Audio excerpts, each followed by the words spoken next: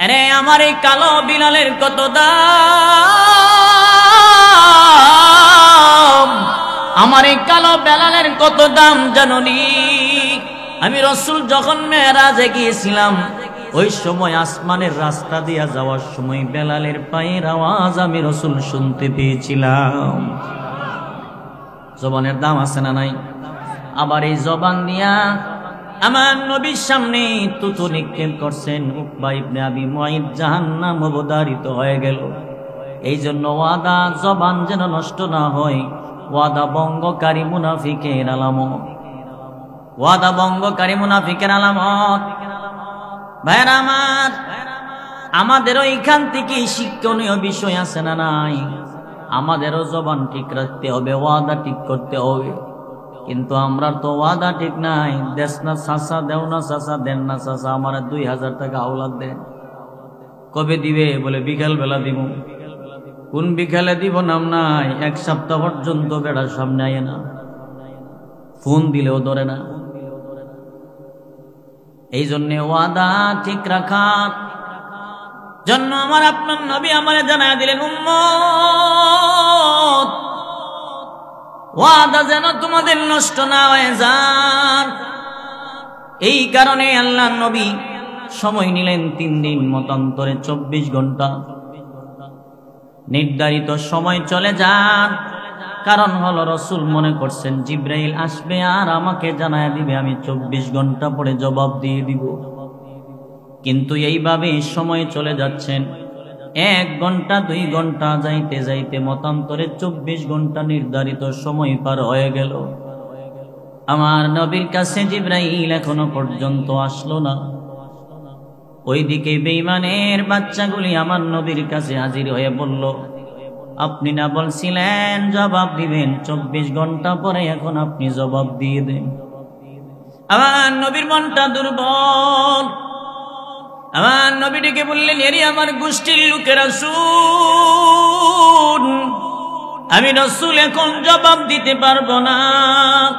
কারণ হলো জিবরাইল এখনো পর্যন্ত আমার কাছে আসলো না।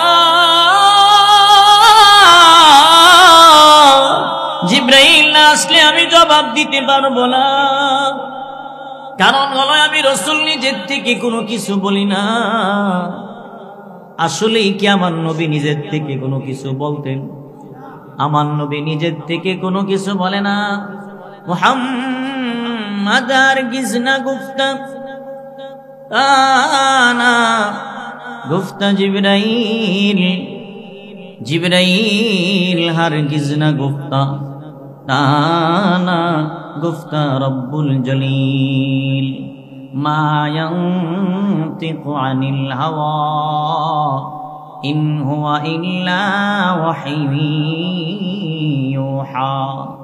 আমার নবীর কাছে ওহী নাজিল হয়, আমার নবী নিজের থেকে ততক্ষণ পর্যন্ত কোনো কিছু বলে না যতক্ষণ জিবরাইল আমার নবীরে না জানা।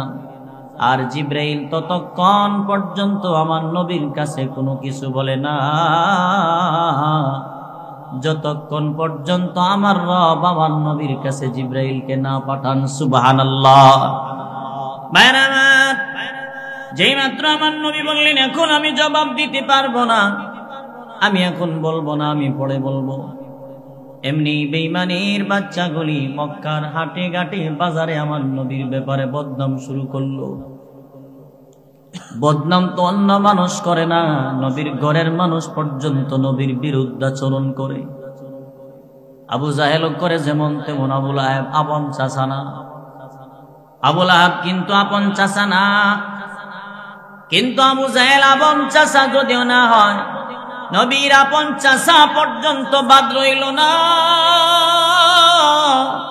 নবীর আপন চাচা পর্যন্ত রাসূলের শত্রু হয়ে যান। এইভাবে মক্কার প্রত্যেকটা অলিতে গলিতে গিয়ে বলতে লাগলো, মুহাম্মদ জবাব দিতে পারলো না, মুহাম্মদ পারে নাই, পারে নাই। এই কথাগুলো নবীর সাহাবীদের সামনে গিয়ে যখন বলে, প্রত্যেকটা সাহাবী কষ্টের কারণে চেহারাটা মাটির দিকে দিয়ে তাকায় থাকে। আর রবের দরবারে ডেকে ডেকে বলতে থাকেন, মালিক এই নবীর বদনাম আমরা সহ্য করতে পারি না। আমাদের সামনে আমার নবীর ব্যাপারে বদনাম করে সাহাবী হয়ে মানতে পারি না। নবীর কষ্ট আমরা সহ্য করতে পারি না। আরে চেয়ারম্যানের বক্তের সামনে যদি চেয়ারম্যানের বদনাম করে সহ্য করতে পারে না, পীরের মুরিদের সামনে যদি পীরের বদনাম করে মুরিদ সহ্য করতে পারে না, এক একটা সাহাবী আমার নবীরে নিজের জানের চাইতে বেশি ভালোবাসতেন। সুবহানাল্লাহ জুড়ে বলেন। সাহাবীরা কান্দেন, অন্যদিকে আমার নবীও কান্দেন। এইভাবে যাইতে যাইতে মতান্তরে 14 দিন পার হয়ে গেল। জিবরাইল আমার নবীর কাছে আসে না। নবীও টেনশন, ইবাদত করেও নবীর মজা লাগে না, নামাজ পড়ে রাসূলের ভালো লাগে না, কারণ মালিকের সাথে আমার নবীর সাক্ষাৎ হয় না, আমার নবীর যোগাযোগ হয় না, রাসূলের ভালো লাগে না। আমার নবীর টেনশন আর টেনশন করে করে দিনগুলো পার করেন, আর শুধু মনটা দুর্বল করে বলতে থাকেন, আল্লাহ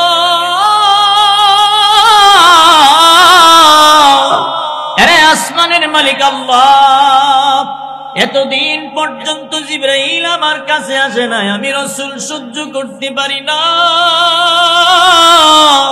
আমি রাসূল এই জ্বালা সহ্য করতে পারি না। ঠিক এই টেনশন আর টেনশনের ভিতর দিয়া অন্যদিকে বেঈমানের বাচ্চাগুলি আরেকটা বদনাম শুরু করলো। কি বদনাম? ওই তখনকার সময়ে কাফের বেঈমানেরা মানুষের দাঁড়ে দাঁড়ে গিয়ে বলল, মুহাম্মদের রব মুহাম্মদকে ভুলে গিয়েছেন। নাউজুবিল্লাহ জুড়ে বলেন।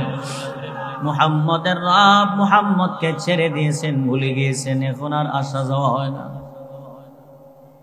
কিতাবে আসছেন আমার নবীর চাচি আম্মা, যার নাম হলো উম্মে জামিল, আবু লাহাবের স্ত্রী উম্মে জামিল। একটু চিন্তা করেন তো, নবীর মা নাই, বাবা নাই। মা না থাকলে খালা এবং শাশির কাছে মানুষ একটু মায়ের আদর পায়, বাবা না থাকলে চাচার কাছে বাবার আদর পায়। কিন্তু আমার নবীর মা নাই, বাবা নাই, আপন চাচা পর্যন্ত আমার নবীর পাগল বলে পাথর দিয়া ঢিল মাইরা দেয়। নিজের আপন চাচি যেই ব্যক্তি মায়ের জায়গায়, ওই ব্যক্তিটাও আমার নবীর ব্যাপারে বদনাম শুরু করে দেয়। উম্মে জামিল আমার নবীর কাছে গিয়ে বলতেছেন, ভাতিজা তোমার কাছে যাই শয়তানরা আসা যাওয়া করতো, এটা তোমার এখন ভুলে গেল নাকি? নাউজুবিল্লাহ জুড়ে বলেন। জিবরাইলের কথা বলতেছেন, জিবরাইল নাকি আমার নবীরে ভুলে গিয়েছেন। যেই মাত্র এই কথাগুলো বললেন, আমার নবীর কলিজায় আরো হিট লাগছে, দিলে আরো ব্যথা লাগছে। টেনশন আর টেনশন, একদিকে জিবরাইল আসে না, অন্যদিকে মক্কার অবস্থা ভালো না, তারা বলা বলি করলো আমার বন্ধু আমারে ভুলে গিয়েছে। আমার নবী আল্লাহর দরবারে বলতেছিল, মালিক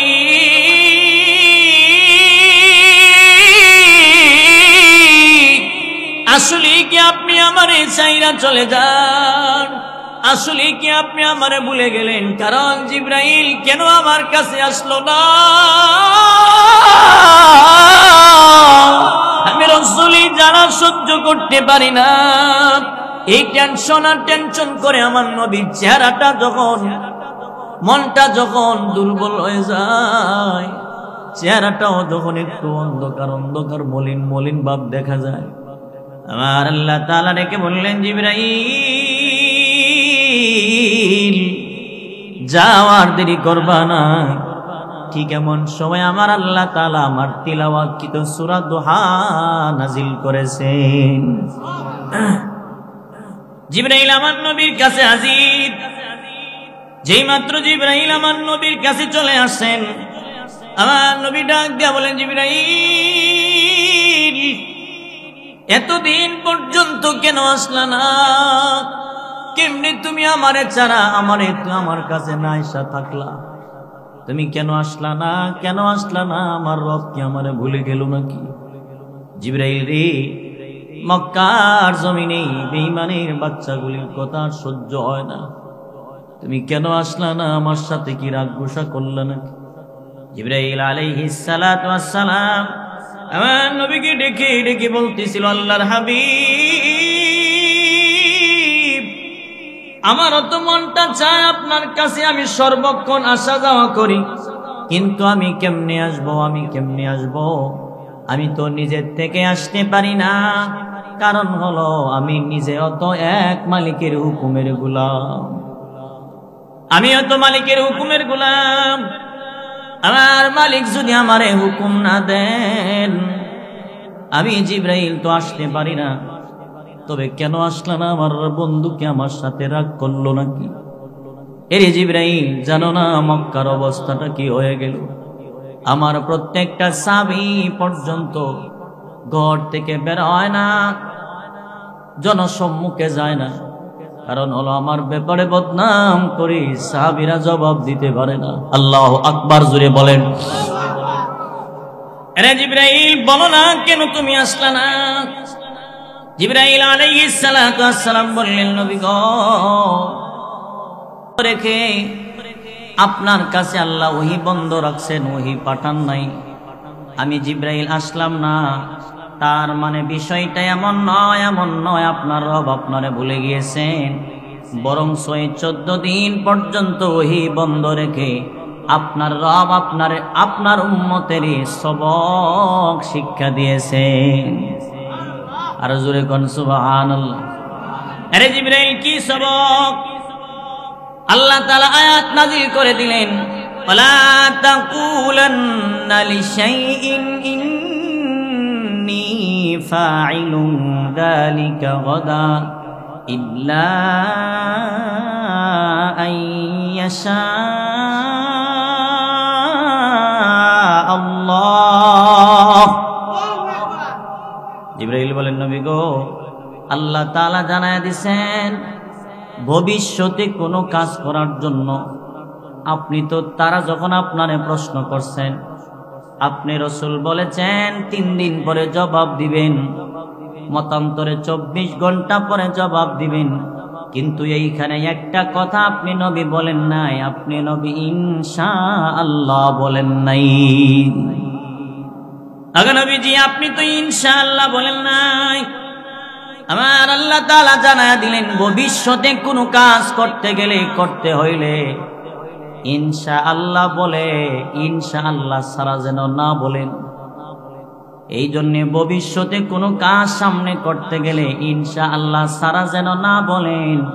এই কারণে আল্লাহ তাআলা এতদিন পর্যন্ত ওহী বন্ধ রাখছেন। সুবহানাল্লাহ। এই জন্য ভবিষ্যতে কোনো কাজ করতে গেলে ইনশাআল্লাহ শুধু আল্লাহ নবীরও জানাইছে নাকি আমরাও জানাইছি? নবীর উপরে আয়াত নাজিল করা মানে হইল আমাদেরকে আল্লাহ জানায়া দেওয়া। আল্লাহ তাআলা আমার নবীর সবক দিয়েছেন, ওগো নবীজি, আপনার সমস্ত উম্মতের আপনি জানায়া দিয়েন ভবিষ্যতে কোনো কাজ করার জন্য নিয়ত করলে যেন ইনশাআল্লাহ ছাড়া না বলে। ইনশাআল্লাহ বলে শুরু করলে বরকত দিবেন কে? যেই কাজের মধ্যে ইনশাআল্লাহ বলে শুরু করা হয়, কমপ্লিট হইলে আলহামদুলিল্লাহ। ইনশাআল্লাহ বলে শুরু করলে কাজের ভিতরে রবের পক্ষ থেকে মদদ নাজিল হয়, আল্লাহ পাকের পক্ষ থেকে সাহায্য হয়। কিন্তু আমরা তো ইনশাআল্লাহ বলি না, আলহামদুলিল্লাহ বলি না। আমাদের চালচলন দেখলে মনে হয় যে আমরা গায়ের জোরে করিলাম, টাকার জোরে করব। বাজারে যাবো গা, জমি কিনালাম, গাড়ি কিনাম, এই করুম সেই করুম, ইনশাআল্লাহ আমরা বলি না। কথা ঠিক না বেঠিক? জোরে বলেন। খুব কম মানুষ বলেন। চাচা জিজ্ঞেস করে, ভাতিজা কই যাও? বলে কুটিয়ার দিয়ে বাজারও যাই, কুরবানির গরু কিনতাম। আরে বেটা, কুরবানির গরু কিনবে তো ভালো কথা, ইনশাআল্লাহ কস না। ও পকেটও টাকা আছে আর বাজারও গরু আছে, ইনশাআল্লাহ কইতাম কি লিগা? পকেটও টাকা আছে আর বাজারও গরু আছে, ইনশাআল্লাহ কইতাম কি লিগা? যেই মাত্র কুটিয়ার দিয়ে বাজারও ঢুকছেন, সুরা বেডার সোনালী ব্যাং এই বেডার পকেটও রাখছেন। যেই মাত্র বাজারও ঢুকছেন, সুরা বেডা পকেট কাইটা সোনালী ব্যাং লয়ে গেছে গা। গরু কিনা কমপ্লিট। এখন গরু কিনছেন, দাম দর মোটামুটি কমপ্লিট হয়ে গেছেন। গরুর মালিক বলে টাকা দেন। যেই মাত্র পকেটে হাত দিছে, এমনি চোখ বন্ধ কইরা কিরে এমন পকেট, লম্বা পকেট কোন টেলারে বানাইলো? এমন লম্বা পকেট কোন টেলারে বানাইলো? হাত দিছি কুটিয়ার দি, হাত দি গেছে গা বাজিতপুর। নিচের দিকে তাকায় দেখে ডলার তো তলা নাই। এবার পকেটের দিকে তাকায় তাকায় কান্দে আর বলে, ইনশাআল্লাহ সুরে তো টাকা নিছে গা, ইনশাআল্লাহ সুরে টাকা নিছে গা। মন খারাপ, গরু আর কিনতে পারে না। যখন বাড়িতে ঢুকছেন আবার চাচায় লাগাল পাইছে, কিরে গরু আনছত নি? কান্দের কই, ইনশাআল্লাহ চাচা, ইনশাআল্লাহ টাকা সুরে নিছে গা। কই রাখছিলে? ইনশাআল্লাহ পকেটে রাখছিলাম। সে বলেন তো ইনশাআল্লাহ কেনা পরে? এই জন্য আজকে থেকে নিয়ত করলাম, নিয়ত করব ভবিষ্যতে কোনো কাজ করলে ইনশাআল্লাহ সারা বলবো না, ইনশাআল্লাহ। আগে নবীজি আমার আল্লাহ তাআলা জানায়া দিলেন, ভবিষ্যতে কোনো কাজ করলে ইনশাআল্লাহ সারা বলবেন না। আল্লাহ নবী বলেন, জিবরাইল আমার বন্ধু কি, আমার রব কি আমারে ভুলে গেল নাকি? এতদিন পর্যন্ত তুমি আমার কাছে আসলা না, আল্লাহ কি আমারে ভুলে গিয়েছে? আমার নবী জিবরাইল সান্ত্বনা দিয়ে বলতেছিল, না গো নবী না, আপনার রব আপনারে কোনোদিন ভুলতে পারে না। আল্লাহ তাআলা আপনারে ভুলে নাই, আল্লাহ তাআলা আপনারে ভুলে নাই। আল্লাহ যে আপনারে ভুলে নাই, এই কথাটা বলার আগে আগে আল্লাহ দুইটা কসম করে জানাইছেন, আপনার রব আপনারে ছাড়ে নাই। সুবহানাল্লাহ। এক নাম্বার হলো ওয়াদ-দুহা। ওয়াদ-দুহা দিনের কসম। সূর্য যখন পরিপূর্ণভাবে আলো দেয়, সূর্য যখন কিরণ দেয়, মুফাসসিরিনে কেরামগণ বলেন যোহরের নামাজের আগে আগে একটা সময় আছে, যে সময়টার নাম হলো চাষতের সময়। এই দিনের কসম, সময়ের কসম। এরপর আল্লাহ তাআলা বলেন, ওয়াল্লাইলি ইযা সাজা, নিজম রাতের কসম, নীরব রাতের কসম। এই নিযুব নীরব রাতের কসম আল্লাহ করছেন। নীরব রাত, রাত্র যখন নীরব হয় রাতের দাম বাড়ে না কমে? আরো জোরে কোন, একটু মনোযোগ দিয়া কথাগুলি শুনেন। আরে রাত যত নীরব হয়, দুনিয়ার সমস্ত অফিস আদালতের দরজা বন্ধ হয়ে যায়, কিন্তু আসমানের মালিকের রহমত বরকতের মাগফিরাতের দরজাগুলো আস্তে আস্তে খুলতে থাকেন। গভীর রজনীতি প্রথম আসমানে আইসা আমার আল্লাহ তাআলা আমার আপনারে ডাকতে থাকেন, গোলাম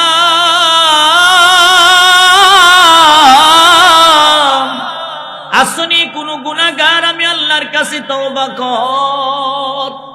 আসনি কোন অভাবী মানুষ, বিপদগ্রস্ত মানুষ, আমি আল্লাহর কাছে বান্দা তুমি সাহায্য চাও। ওই গভীর রজনীতে আল্লাহর কাছে বান্দা যখন প্রার্থনা করেন, আল্লাহ তাআলা বান্দারে দিতে নিষেধ করেন না, দেওয়ার জন্য আল্লাহ প্রথম আসমানে আসেন। সুবহানাল্লাহ জুড়ে বলেন। ওই সময় বান্দা যা চান, ওই সময় বান্দা যা চান আল্লাহ সবগুলো দিয়ে দিন। এই গভীর রজনীতে কোনো মানুষ যখন চোখের পানি ফেলায় 2 রাকাত তাহাজ্জুদের নামাজ আদায় করে, বান্দা যাই নামাজে বসে বসে কান্দেন আর বলেন, মালিক আমার মতো গুনাহগার এই জগতে কেউ নাই, কিন্তু যদিও আমি গুনাহগার, বান্দা তো তোমার, আমার মতো গোলাম তোমার জগতে অভাব নাই, কিন্তু তুমি ছাড়া আমার আর কোনো মালিক নাই। এই বলে বলে যখন বান্দা কান্দেন, নিজের গুনার প্রতি লজ্জিত হয়ে যখন বান্দা কান্দেন, ওই সময় চোখের পানি গড়গড়ায় যখন পড়তে থাকেন, বান্দার চোখের পানি নাকের গোড়ায় যখন চলে আসে, আমার রবের কুদরতি হাত দিয়া বান্দার চোখের পানি মুছতে থাকেন আর বলেন, গোলাম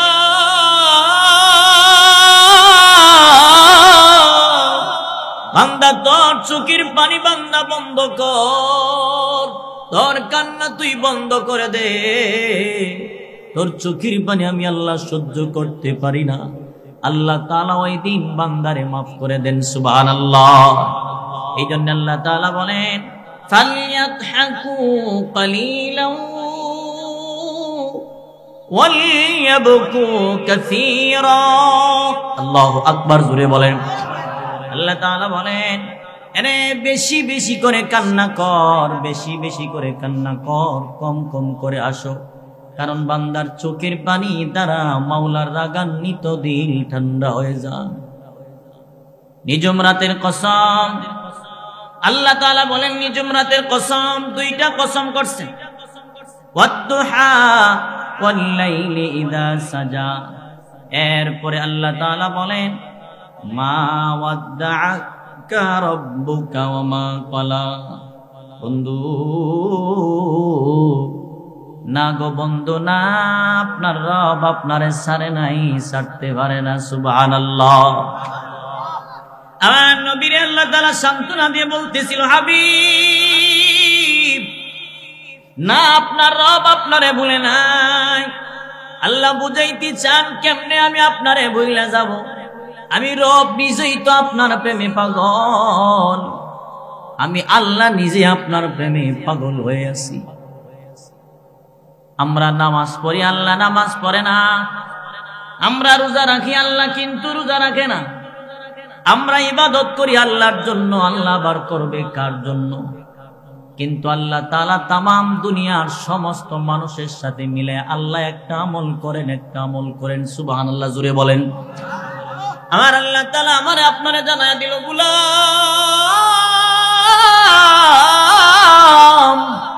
আমি রব নামাজ রোজা কোনো ইবাদত বন্দেগী করি না, কিন্তু আমি আল্লাহ তাআলা তোমাদের সাথে মিলায়া আমি আল্লাহ একটা আমল করি। কোন আমল? তোমরা যেমন আমার বন্ধুর উপরে দুরূদ আর সালাম পাঠ করো, আমি আল্লাহ আমার বন্ধুর উপরে দুরূদ আর সালাম পড়ি ফেরেশতা লইয়া। ইন্নাল্লাহা ওয়া মালাইকাতাহু ইউসাল্লুনা আলান নবী ইয়া আইয়ুহাল্লাযীনা আমানু সাল্লু আলাইহি ওয়া সাল্লিমু তাসলিমা। আল্লাহু আকবার, জোরে বলেন। আমার আল্লাহ তাআলা আমার নবীরে জানা দিলেন, হাবিব আমি আল্লাহ নিজেই তো আপনার প্রেমে পাগল। না, আমি আল্লাহ আপনারে ভুলি নাই, আপনারে ভুলতে পারি না। আল্লাহ তাআলা নবীর প্রেমে পাগল। সুবহানাল্লাহ, জোরে বলেন। আমার আল্লাহ যদি আমার নবীর প্রেমে পাগল হয়ে যান, আমার মতো আপনার মতো উম্মত নবীর দুরূদ সালাম পড়লেও কোনো নবীর হইতো না, লাভ হইতো না, লস হইতো না। কথা ঠিক না বেঠিক? আমরা যদি দরুদ সালাম না পড়ি, না পাঠাই, কিন্তু নবীর লাভও নাই, নবীর কোনো ক্ষতিও নাই। দরুদ পড়লে আমাদের লাভ, না পড়লে আমাদের ক্ষতি হবে। আল্লাহর নবী বলেন, কোন মানুষ যখন আমি নবীর উপরে একবার দরুদ শরীফ পাঠ করে, আল্লাহ তাআলা ওই উম্মতের উপরে 10টা রহমতের নজর দিয়ে থাকেন। সুবহানাল্লাহ বলেন। 10টা গুনাহ আল্লাহ মাফ করে দেন। কিন্তু আমার নবী বলেন, কোন উম্মত যদি আমি রাসূলের রওজার পাশে দাঁড়াইয়া আমাকে সালাম দিয়ে যান, আমি রাসূল তার সালাম নিজ কানে শুনতে পাই। আল্লাহু আকবার, জোরে বলেন। আমার নবী নিজে তার সালামগুলো শুনতে পান। যাদের দিলের কান ভালো, যাদের অন্তরের কান ভালো, শুনতে পায়, সালামের জবাব শুনতে পান। রাসূল বলেন, ওই উম্মতের জন্য আমি রাসূলের সুপারিশ করা ওয়াজিব হয়ে যায়। দুরূদ পড়লে লাভ কার? আর জোরে বলেন, কার? আমাদের না, নবীর। নিজে পড়লে নিজের লাভ, না পড়লে আমার লস, আমার ক্ষতি হবে। নবীর লাভ হবে না, নবীর কোনো ক্ষতি হবে না, কারণ স্বয়ং আল্লাহ নবীর প্রেমে পাগল। সুবহানাল্লাহ, জোরে বলেন। আমার আল্লাহ তাআলা আমার নবীর সান্ত্বনা দিলেন, হাবিব আমি কেমনে আপনারে বইলা যাই? আমি না আপনার প্রেমে পাগল হইয়া দাওয়াত দিয়ে আমার কাছে আপনারে ডাইকা নিলাম, আপনারে না 7 আসমান পাড়ি দিয়ে আমার কাছে আমি আল্লাহ নিয়ে আসলাম। দুনিয়ায় যত নবী রাসূল আল্লাহ পাঠাইছেন, কোন নবীর আল্লাহ দাওয়াত দিয়া কাছে নিল না, কোন নবীর প্রেমে পাগল হয়ে আল্লাহ বাড়িতে নিল না, আল্লাহর কাছাকাছি নিল না। অথচ আল্লাহর সাথে এমন নবী আছেন, কয়েকটা কথা আল্লাহ যদি বলছে একটা, জবাব দিছে কয়েকটা, কিন্তু এরপরেও আল্লাহর কাছে যাইতে পারল না। সুবহানাল্লাহ, জুড়ে বলেন। ওমা তিলকা বিয়ামিনিকা ইয়া মূসা, ওগো বন্ধু মূসা, আপনার ডান হাতে কি? মূসা আলাইহিস সালাতু ওয়াস সালাম বলেন, ক্বালা হিয়া আসায়া আতাওয়াক্কাউ আলাইহা ওয়া আহুশশু বিহা আলা গনামি ওয়া লিয়া ফিহা মাআরিবু উখরা। সুবহানাল্লাহ, জুরবন। এটা আমার হাতের লাঠি, এটার মধ্যে বর দিয়া আটি, এটা তো রাস্তা দেখায়, গাছের পাতা পারে। অনেকগুলো কথা বলছেন, মহাব্বত কম থাকার কারণে না বেশি থাকার কারণে। কিন্তু এত মহাব্বত থাকার পরেও আমার আল্লাহ দাওয়াত দিয়া বাড়িতে নিল না, আল্লাহর কাছে নিল না। কিন্তু আমার নবীর আল্লাহ ডাক বলতেছেন, বন্ধু আমি তো আপনারে আমার কাছে আমি আল্লাহ ডাইকা নিলাম। আরে ইব্রাহিম খলিলুল্লাহ আমারে পাওয়ার জন্য নিজের সন্তানের গলায় ছুরি চালাইলো মিনা বাজারে। আমি আল্লাহকে পাওয়ার জন্য ইব্রাহিম সন্তানের গলায় ছুরি দিল। কিন্তু আপনার একটা টাইটেল আছে হাবিবুল্লাহ, ইব্রাহিম নবীর একটা টাইটেল হলো খলিলুল্লাহ। খলিলুল্লাহ আল্লাহর বন্ধু, হাবিবুল্লাহ আল্লাহর বন্ধু। খলিলুল্লাহ এমন বন্ধু, যেই বন্ধু আল্লাহকে খুশি করার জন্য সন্তানের গলায় ছুরি চালায়। আর আমি তো হাবিবুল্লাহ এমন বন্ধু আপনারে বানাইলাম, এই যে বন্ধুর প্রেমে পাগল হয়ে আমি আল্লাহ ডাইকা কাছে আমার নিয়ে আসলাম। আমি আল্লাহর কাছাকাছি পর্যন্ত আপনারে নিয়ে নিলাম। আমার নবীর আল্লাহ ওই জায়গায় নিয়ে গেলেন, সিদরাতুল মুনতাহা পর্যন্ত পাড়ি দিয়ে আরশে আজিম আল্লাহর কাছে নিয়ে গেলেন। আল্লাহ তাআলার কাছে নিয়ে গেলেন। জিবরাইল আমার নবীর লইয়া রওনা হলেন। সিদরাতুল মুনতাহা পর্যন্ত যখন আমার নবী চলে যান, এইখানে গিয়া জিবরাইল বলেন, হুজুর এই জায়গা পর্যন্ত আমি জিবরাইলের ভিসার পাসপোর্টের মেয়াদ শেষ। সুবহানাল্লাহ, জোরে বলেন। আর যাইতে পারবো না, যাইতে পারবো না।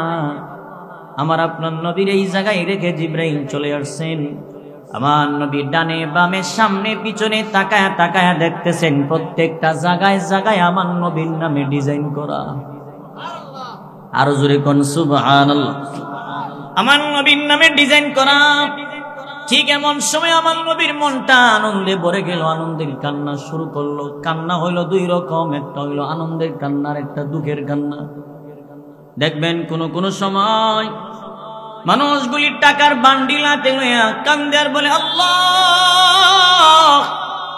টাকা তো এখন আমার অভাব নাই, কিন্তু আমার মায়ের চিকিৎসার সময় আমি পাইলাম না। আমার এখন টাকার অভাব নাই, কিন্তু আমার বাবার চিকিৎসার সময় আমি একটা টাকাও কোনো জায়গায় পাইলাম না। ঘরে মানুষ ফ্রিজ কিনে, ফ্রিজের মধ্যে কত গোশত মাছ রাখেন, কত ফল ফ্রুট রাখেন। ফ্রিজের দরজাটা খুলে খুলে কান্দে আর বলে, আল্লাহ ফ্রিজ তো কিনলাম, কিন্তু মায়ের ওষুধ রাখার সময় একটা ফ্রিজ পাইলাম না। আজকে আমার ঘরে ফ্রিজ আছে, কিন্তু আমার জনম দুঃখিনী মালাই, আমার জনম দুঃখী বাবা নাই।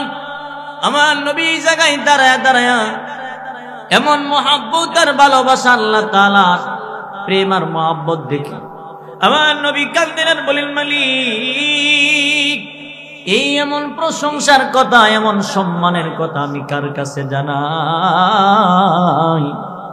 জন্মের পরে তো আমার বাবারে পাইলাম না, জন্মের 6টা বছর পরে আমার জনম দুঃখিনী মা ও দুনিয়া থেকে বিদায়, আমার দাদাও কিছুদিন পরে দুনিয়া থেকে বিদায়। এমন সম্মানের কথা আমি কার কাছে জানাই? বর্তমানে আমার আপন চাচা পর্যন্ত আমার শত্রু।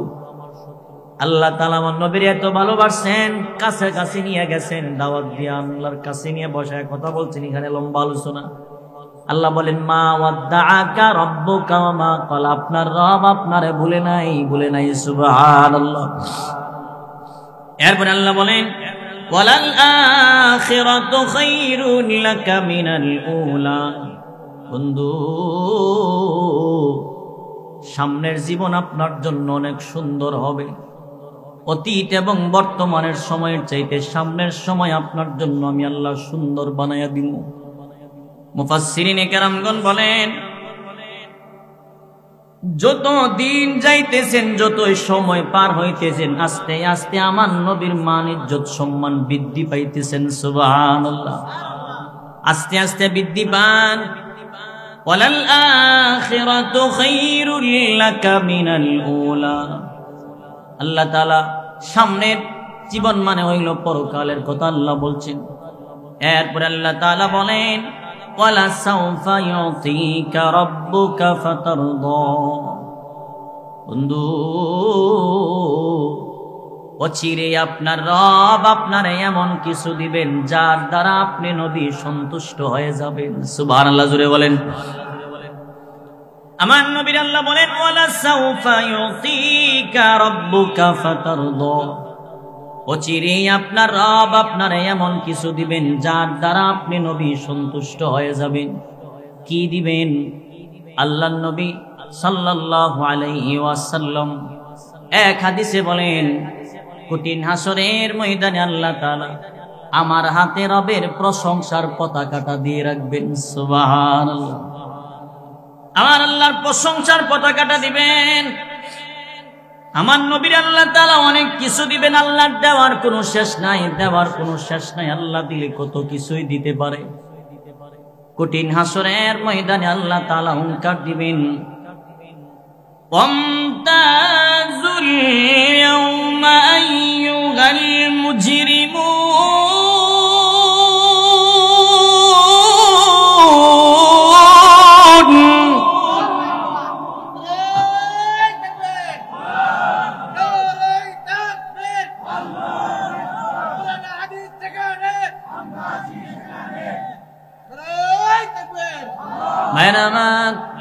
আর আল্লাহ তাআলা সেদিন হুঙ্কার দিবেন, এরে মুজরিমের দলেরা, এরে অপরাধীর দলেরা, আজকে আলাদা হয়ে যাও।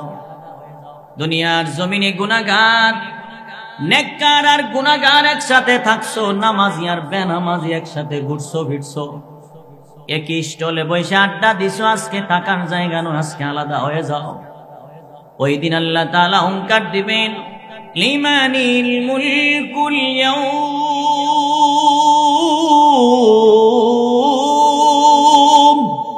আল্লাহ তাআলা বলবেন, রে রাজা বাদশারা কই? এরে দুনিয়ার রাজা বাদশারা তোরা কোথায়? আজকে বল রাজত্বটা কার?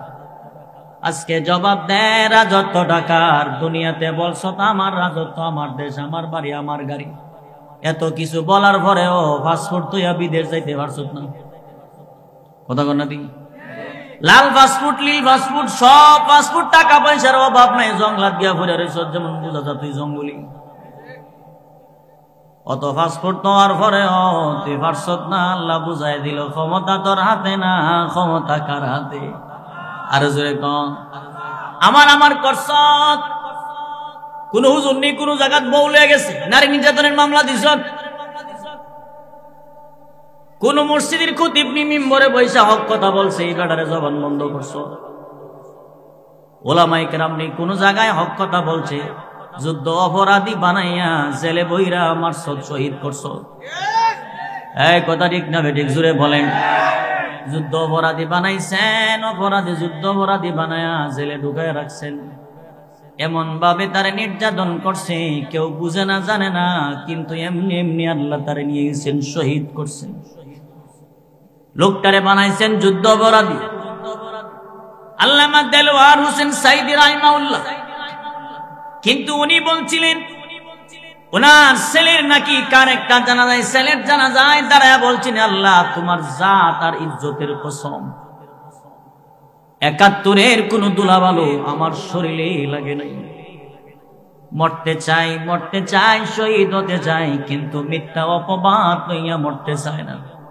কি মনে করেন যে লোকটা বক্তব্য দিলে হাজার হাজার মানুষ হইতো, কয়েকজন হিন্দু মুসলমান হইতো?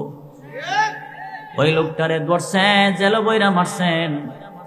বাংলাদেশের হক্কানি উলামায়ে কেরাম সব বড় বড় যত উলামায়ে কেরাম আছেন, বৃদ্ধ মানুষ, আল্লামা বাবু নগরী রহমাতুল্লাহি আলাইহি, জুনাইদ বাবু নগরী রহমাতুল্লাহি আলাইহি, ওনারে এমন নির্যাতন করছেন, শেষ পর্যন্ত হুইল চেয়ারে বসে বসে চলছেন। তবে আল্লাহর মায়ের দুনিয়ার বাইরে কথা ঠিক না বেটি?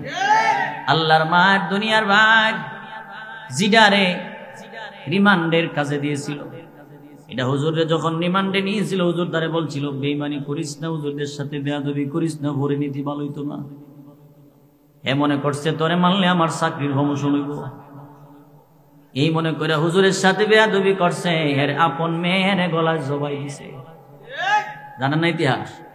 আরো জোরে কোন এই জবরদস্তি যারা করছেন, আরে আকাম কুকাম করলে কোনো অসুবিধা হয় না, হুজুর নিকালি বউলে আর ছুটে যায়, নারী নির্যাতনের মামলা দিছে।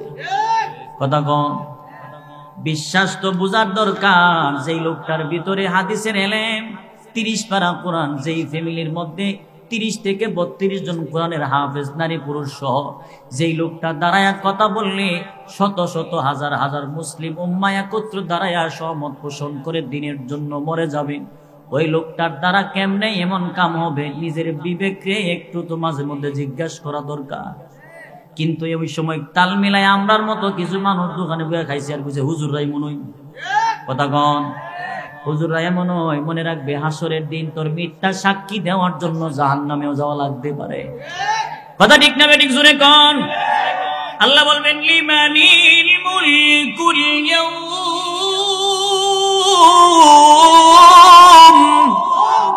আরে রাজা বাদশারা কোথায়? আজকে জবাব দে, রাজত্বটা কার? আজকে বল রাজত্বটা কার? সামনে যাওয়ার সময় পাবে না, সময় পাবে না। ওই সময় আল্লাহ নিজে নিজেই বলবেন লিল্লাহিল ওয়াহিদিল কাহ্হার। আল্লাহ তাআলা বলবেন আজকের রাজত্বটা আমি আল্লাহ। আল্লাহ নিজেই বলবেন আমার রাজত্ব আমার। অবস্থাটা কঠিন হয়ে যাবে, কিন্তু এই সময় আমার নবীর আল্লাহ তাআলা একটা চেয়ার দিবেন, মাকামে মাহমুদ। আল্লাহু আকবার জোরে বলেন। আমার নবীর আল্লাহ তাআলা ওই সময় দিবেন মাকামে মাহমুদ। বন্ধু, এই যে কঠিন মুসিবতের সময় আপনার কোনো টেনশন নাই, মাকামে মাহমুদে বসেন। এইখানে একটা আনন্দের বিষয় হলো, যদি আল্লাহ মাকামে মাহমুদ আমার নবীর দিবে, আমার নবী মাকামে মাহমুদে সেদিন বসবে না। আমার নবী একটা বাচ্চাওয়ালা মুরগির মতো দৌড় দিয়া যাবেন মিজানের পাল্লার কিনারায়, আরে একবার দৌড়াবেন নবী ফুলসিরাতের কিনারায়, আবার দৌড়াবেন নবী হাউজে কাউসারের কিনারায়। আমার নবী ডেকে ডেকে বলবেন মালিক, আমি রাসূল যদি মাকামে মাহমুদে বৈশা যাই, আমি রাসূল যদি চেয়ারে বৈশা থাকি, আমার গুনাহগার উম্মতের কেমন অবস্থা হবে? আমি রাসূল কেমনে দেখব গো? আমি আর আমার নবী একবার দৌড়াবেন মিজানের পাল্লার কিনারা। এইভাবে রাসূল দৌড়াদৌড়ি করবেন। আল্লাহর নবী বলেন কঠিন ওই দিনে আল্লাহ তাআলা আমার নবীর শাফাতে কুবরা দান করে দিবেন, শাফাতে কুবরা দিবেন। ওয়ালা সাউফা ইউতিকা রাব্বুকা ফাতারদা। আল্লাহ তাআলা বলেন অচিরে আপনার রব আপনার এমন কিছু দিবেন যার দ্বারা আপনি নবী সন্তুষ্ট হয়ে যাবেন। হাউজে কাউসার দিবেন, আল্লাহর নবীর আল্লাহ হাউজে কাউসার দান করে দিবেন। আলাম ইয়াজিদকা ইয়াতীমান ফাআওয়া। বন্ধু, বেঈমানের বাচ্চাগুলি বলছে আপনারে আমি ভুলে গেছি না, আর আপনি টেনশন করেন, মনটা খারাপ। আলাম ইয়াজিদকা ইয়াতীমান ফাআওয়া। আপনার বন্ধু আমি রব কি আপনার এতিম অবস্থায় পাই নাই? আপনারে তো এতিম অবস্থায় পাইলাম, আমি আল্লাহ আপনারে আশ্রয় দিলাম। বর্তমানে কিন্তু এতিমের কোনো সম্মান নাই, ইজ্জত নাই, কিন্তু আমার নবীর আল্লাহ ইজ্জত কম দিছে না বেশি দিছে? আরো জোরে কোন। যদিও আমার নবী এতিম, যদিও আমার নবীর আল্লাহ এতিম অবস্থায় পাঠাইছেন, কিন্তু আমার নবীর আল্লাহ তাআলা সেদিন অনেক মর্যাদা সম্পন্ন হিসাবে মক্কার জায়গায় জায়গায় নবীর আল্লাহ সম্মান দিছেন। কেমন সম্মান? নবীরে মানছে না, কিন্তু 40 বছর এই দুনিয়ার জমিনে আমার নবীর উপরে আর কোন সম্মান নাই। আমার নবীর আল্লাহ তাআলা এত ইজ্জত আর সম্মান। বন্ধু, আপনি অন্যান্য মানুষের তুলনায় আপনার ধন সম্পদ কম ছিল, অর্থ সম্পদ কম ছিল, কিন্তু আমি আল্লাহ তাআলা আপনার দিলের ভিতর থেকে লোভ জিনিসটা আমি আল্লাহ সরাইয়া নিলাম। আমার নবীর যদিও অর্থ সম্পদ অন্যদের তুলনায় একটু কম ছিল, কাফের বেঈমানদের ধন সম্পদ বেশি, এর মানে এমন নয় যে আমার নবীর থেকে দাম বেশি। কথা ঠিক না বেঠিক জোরে বলেন। সাহাবায়ে কেরাম বলছিলেন, আল্লাহর হাবিব, আমরা তো আল্লাহর গোলামি করি, আল্লাহর ইবাদত করি, কিন্তু যারা আমার আল্লাহরে মানে না, আপনারে মানে না, এদের ব্যবসা বাণিজ্য ভালো হয়, টাকা পয়সার অভাব নাই, বাড়ি গাড়ি অনেক বড় বড়। আল্লাহর নবী বলেন, সাহাবীরা রে, এদের ধন সম্পদ দেখে আফসোস করবা না, আফসোস করবা না। আমি রাসূল তো মনে হয়, আমার মনে চাই আমি দোয়া করতাম প্রত্যেকটা কাফেরদের বাড়িঘর বিল্ডিং আর বিল্ডিং হইতো। কারণ হলো এদের বিল্ডিং দুনিয়া পর্যন্ত সীমাবদ্ধ, আর ইমানদারের দুনিয়া সীমাবদ্ধ নয়। এক একটা নিম্নমানের ইমানদারের জন্য 10টা দুনিয়ার সমান একটা জান্নাত। ওয়াজাদাকা আইলান ফাআগনা। আমার নবী আল্লাহ তাআলা জানা দিলেন, হাবিব, অন্যান্যদের তুলনায় আপনার ধন সম্পদ যদিও কম ছিল, কিন্তু আপনার লোভ ছিল না।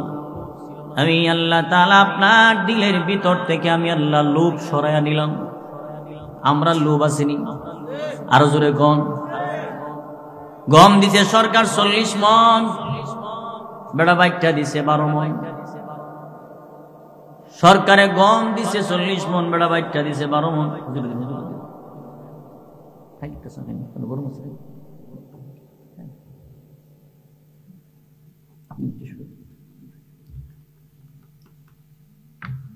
40 মণ গম দিলে 8 মণ দেব, 10 মণ 12 মণ দেব। এতিমরে 3 দিছে 2 বান 3 বান, বেড়া এতিমরে দিছে উদয় 1 বান। কথা কোন আছে না নাই? আপনাদের এইখানে মনে নাই, এখানের মানুষ সব মনে হয় বাইজিদ বুস্তামির মতো আল্লাহ ওয়ালা বেড়াই, অভাব নাই। মসজিদের লিট্টিন দিছে সরকার থেকে, বেড়াই না খায়া লাইছে, খাইতে খাইতে ফেটে মন বড় করছে। আমরা লুঙ্গি ফিন্দে এই জায়গা, তার হে ফিন্দে এই জায়গা। আমরা খাত যাই এই জায়গা, তার হে খাত যাই জায়গা। খায়া ফেট বড় করছ, খা, খাইয়া খাইয়া ফেটটা বড় কর, অসুবিধা নাই, কারণ সাপ অত কামড়ায়া মজা ভাবন লাগবো। কথা কোন দিকে। ওয়াজাদাকা আইলান ফাআগনা। আমার নবীর অন্তরে লোভ ছিল না, কারণ আমার নবী দুনিয়াটারে স্থায়ী মনে করেন নাই, দুনিয়াটা মুসাফিরখানা। আল্লাহর পরে যার সম্মান, হযরত আব্দুল্লাহ ইবনে মাসউদ রাদিয়াল্লাহু তাআলা আনহু, উনি বলেন, আমি গিয়ে দেখি আমার নবী ভাবে ছাটাইয়ের মধ্যে শুয়ে রয়েছেন, ছাটাইয়ের মধ্যে। আমরা তো টাকা হইলে খাট পালং কি দামি দামি খাট পালং, আমার নবী এইভাবে ছাটাইয়ের মধ্যে যখন শুয়ে রইলেন, সাহাবী গিয়ে বললেন, নবী গো, আমার আল্লাহর পরে যার ইজ্জত আর সম্মান, আপনি রাসূল যদি ছাটাইয়ের মধ্যে শুয়ে যান, আপনি রাসূল যদি ছাটাইয়ের মধ্যে এইভাবে শুয়ে থাকেন, আমরা তো সহ্য করতে পারি না, বড় কষ্ট লাগে। আমার নবী বলেন, এই দুনিয়াটা মুসাফিরের মতো, মুসাফিরখানা, বাড়ি গাড়ি আমার প্রয়োজন নেই। কারণ কোন মানুষ যোগে কোন জায়গায় সফরে যান, গাড়ি ভর্তি কইরা কিন্তু মাল লয়ে যায় না, আপাতত একদিন থাকার জন্য 1-2টা কাপড় চোপড় নিয়ে যায়। কারণ আল্লাহর রাসূলকে আল্লাহ আগেই জানায়া দিয়েছেন, ওয়ালাল আখিরাতু খায়রুল লাকা মিনাল উলা। সুবহানাল্লাহ। ওয়াজাদাকা আইলান ফাআগনা। এতক্ষণ পর্যন্ত আমার নবীর আল্লাহ তাআলা সান্ত্বনা দিলেন, বুঝ দিলেন, টেনশন করেন না, থামেন, আমি আল্লাহ কি দিছি একটু স্মরণ করেন। সুবহানাল্লাহ বলেন। নবীর আল্লাহ সান্ত্বনা দিলেন, বেঈমানদের কথার জবাব দিলেন। নবীর আল্লাহ এতক্ষণ পর্যন্ত যা দিয়েছেন, শুধু আল্লাহ তাআলা সান্ত্বনা দিয়েছেন, সান্ত্বনা দিয়েছেন। বাচ্চা কাচ্চা যদি কান্দে, এরপরে কান্দে, আব্বাই কয় তোর লাগে জামা আনবো, শীতের জামা, ব্লেজার আনবো, ব্যাডমিন্টনের ব্যাট আনবো, কক আনবো, তোর জুতা আনো, শীতের জুতা আনো, অনেক কিছু বলার বলে যখন এইভাবে বাচ্চারে আদর করে, বাচ্চার কান্না বন্ধ হয়ে যায়। হঠাৎ করে আব্বাই বলেন, সকালবেলা তুমি স্কুলে যাইও। কথা কোন নদী? সকালবেলা মক্তবে যাইও। আমার নবীর আল্লাহ তাআলা কত মহব্বত করেন। মা যেমন সন্তানকে মহব্বত করেন, বাবা যেমন ছেলেরে মহব্বত করেন, এর চাইতে কোটি কোটি গুণ বেশি আল্লাহ আমার নবীর বেশি মহব্বত করেন। সুবহানাল্লাহ। এতক্ষণ পর্যন্ত আল্লাহ সান্ত্বনা দিলেন। এরপরে আল্লাহ তাআলা বলছেন, ফাআম্মাল ইয়াতীমা ফালা তাকহার। দিলের কান লাগায়া কথাগুলো শুই না যান। আবার আল্লাহ তাআলা আমার নবী বলছেন, বন্ধু আপনি এতিমদের বেলায় সদয় হয়ে যান, এতিমদের বেলায় কঠোর হবেন না।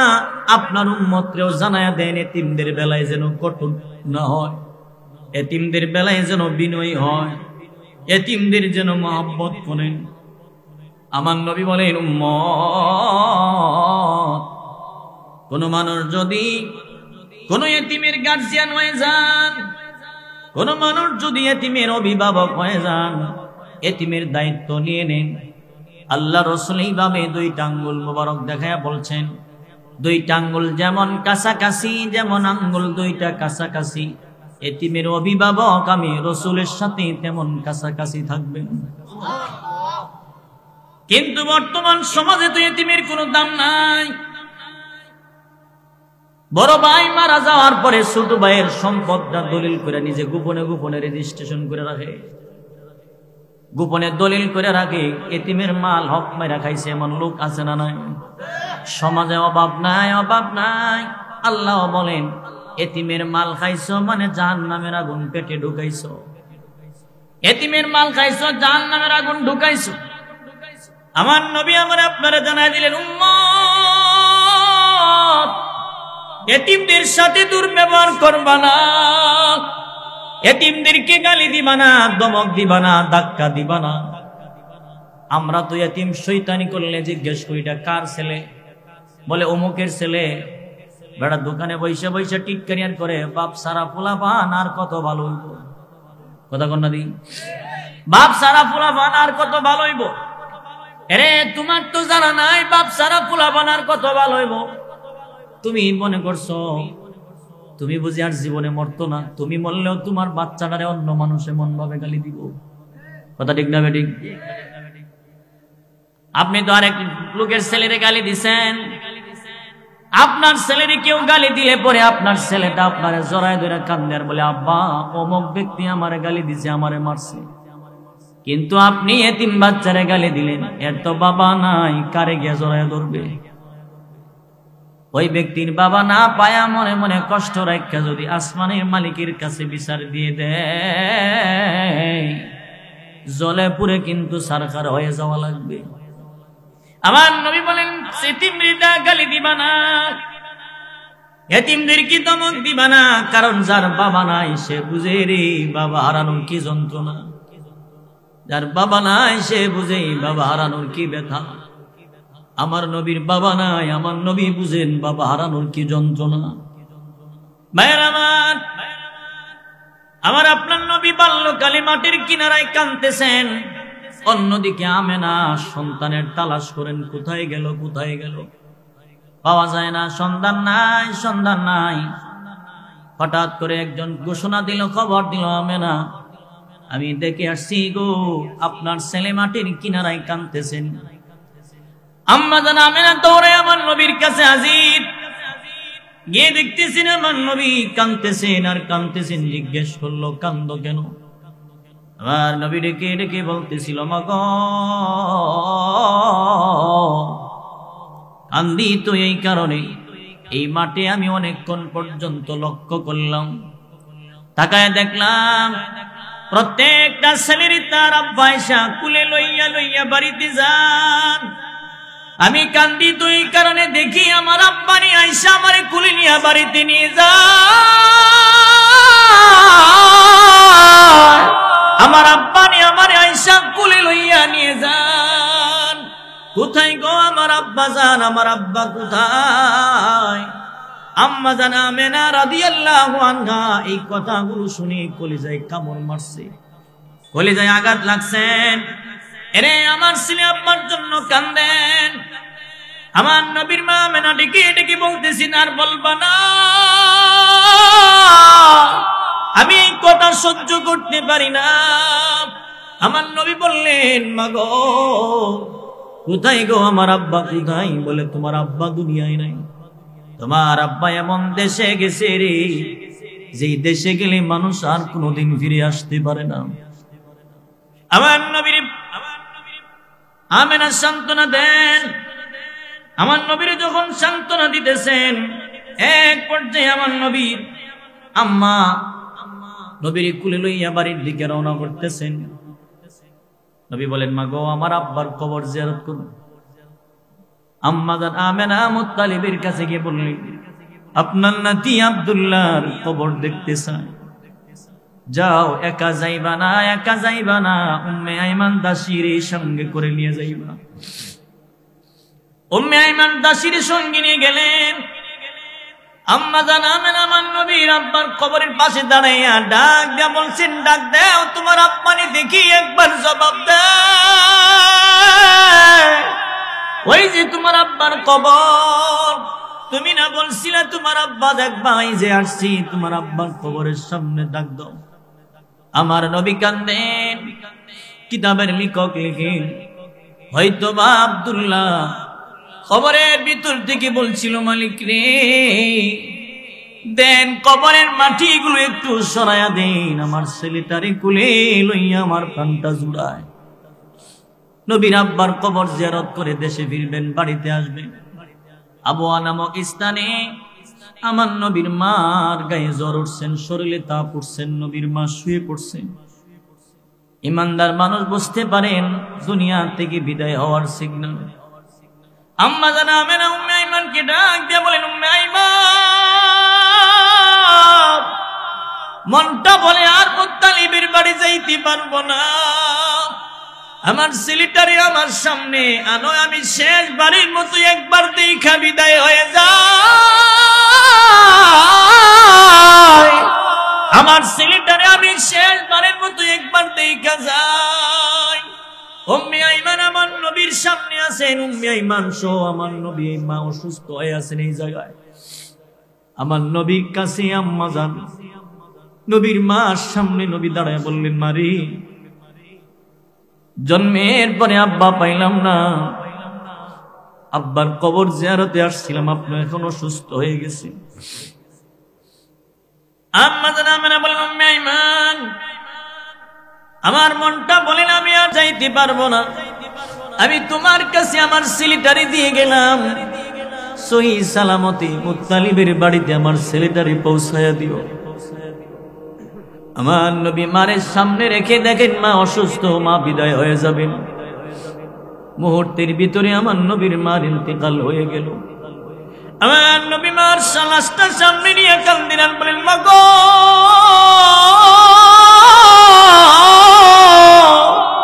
এই জগতে আর আপন বলতে আমার বুঝি কেউ রইল না, জন্মের পরে আমার বাবা পাইলাম না, আপনি মাও এখন দুনিয়া থেকে বিদায়, আমার মা ডাকার জায়গা দুনিয়াতে নাই। উম্মে আইমান দাসী যখন নবীর লইয়া মুত্তালিবের বাড়ি পর্যন্ত ঢুইকা যান, মুত্তালিব উম্মে আইমানকে ডাক দিয়া বলতেছিল, উম্মে আইমান, যাওয়ার সময় গেলা 3 জন, আসার সময় 2 জন, আমার আমেনা কই? যাওয়ার সময় 3 জন, আসার সময় 2 জন, আমার আমেনা কোথায়? উম্মে আইমান ডেকে বললেন, ও আব্দুল মুত্তালিব, আপনার আমেনা এই দুনিয়া ত্যাগ করে বিদায় হয়ে গেছে, আমার নবীর মা নাই, আমার নবীর বাবা নাই। এই কারণে আমার নবী বলেন, উম্মত, এতিমদেরকে দমক দিবা না, আমরা তো এতিমদেরকে দেখাশোনা আমরা করি না। এর শীতের সময়, এই যে এখন শীতের মৌসুম, আপনার ছোট ছোট ছেলে মেয়েদেরকে আপনি জামা কাপড় কিনা দিছেন, কিন্তু আপনার ছেলে মেয়েগুলো পাশের বাড়ির এতিম বাচ্চার সাথেও কিন্তু খেলাধুলা করে। আপনার বাচ্চাটারে জামা কাপড় দিলেন, এই বাচ্চাটা জামা পয়রা ওই এতিম বাচ্চার সামনে যখন দাঁড়ায়, এতিম বাচ্চা জিজ্ঞেস করে, এমন সুন্দর জামা তোমার কে দিল? ওই লোকটা ছোট বাচ্চারা বলেন আমার আব্বাই দিছে অথবা আমার ভাইয়ে দিছে। ওই সময় তার মনটা মনে মনে বলেন, আজকের এই দিনে যদি আমার আব্বাও বাইসা থাকতো গো, আমার আব্বাও তো আমার এমন জামাই না দিত।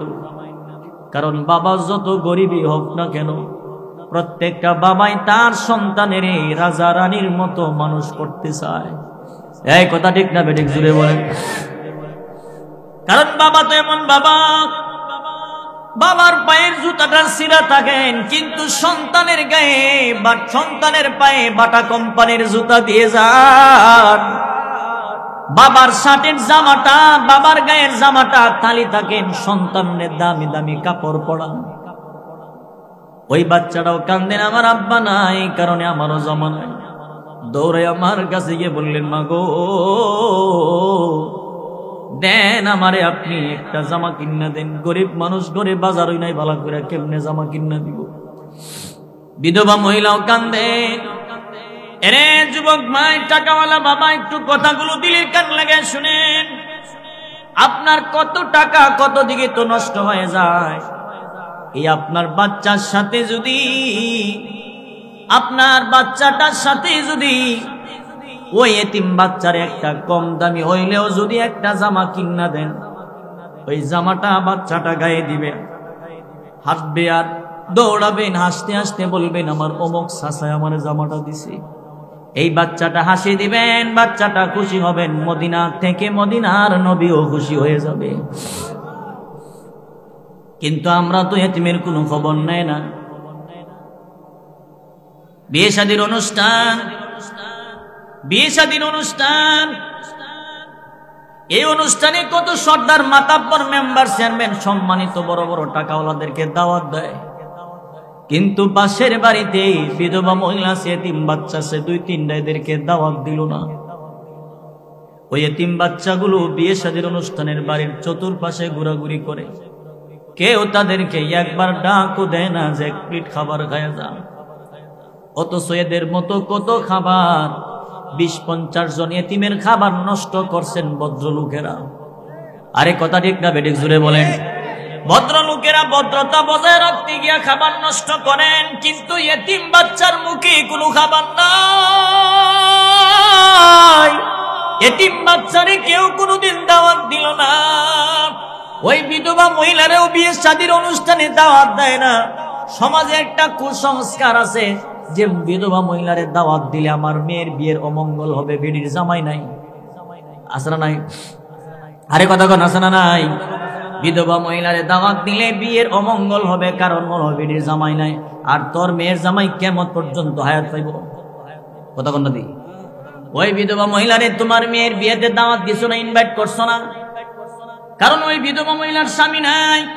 আর তোমার মেয়ের স্বামীটা কিয়ামত পর্যন্ত হায়াত রয়েছে নাকি? তা কুসংস্কার, কুসংস্কার। কথা ঠিক না বেঠিক জুড়ে বলেন?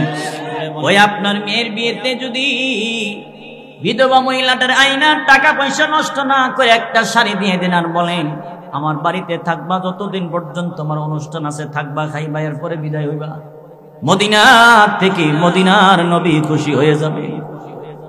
ভাইরা আমার, বিয়ে শাদীর অনুষ্ঠানে কত খাবার নষ্ট হয়। আমি নিজেই তো দেখলাম। আমি একটা অনুষ্ঠানে গেলাম, একটা সেন্টারে বিয়ের অনুষ্ঠানে আমি গিয়েছিলাম।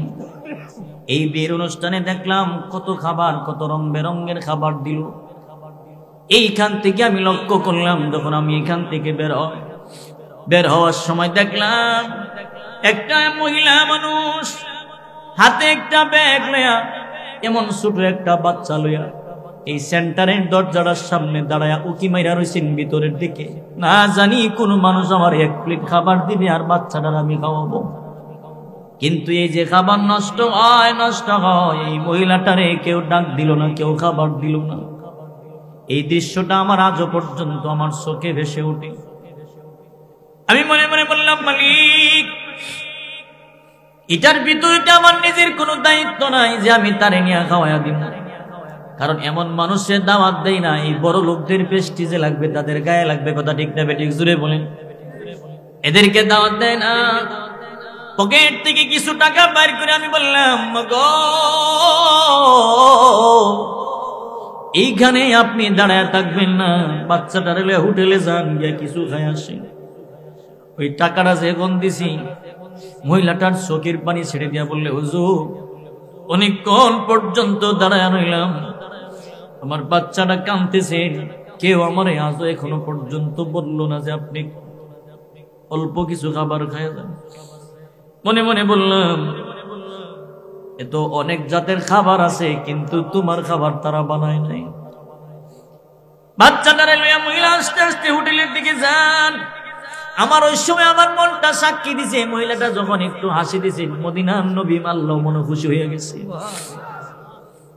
এই জন্য মহল্লার 10টা যুবক 20টা যুবক যদি নিয়ত করে, আগামীকাল থেকে আমরা নিয়ত করলাম ঐক্যবদ্ধ হইয়া 20টা যুবক মিলে প্রতি মাসে 100 অথবা 200 টাকা উঠায়া 20টা যুবকের টাকা একত্রিত করে প্রত্যেক মাসে মাসে অমুক মহিলার বিধবা মহিলারে কাপড় দিব, ঘরের বাজার দিব, এতিম বাচ্চার মাদ্রাসার বেতন দিব, স্কুলের বেতন দিব। দেওয়া সম্ভব হবে কি হবে না? আরো জোরে বলেন, হবে কি হবে না?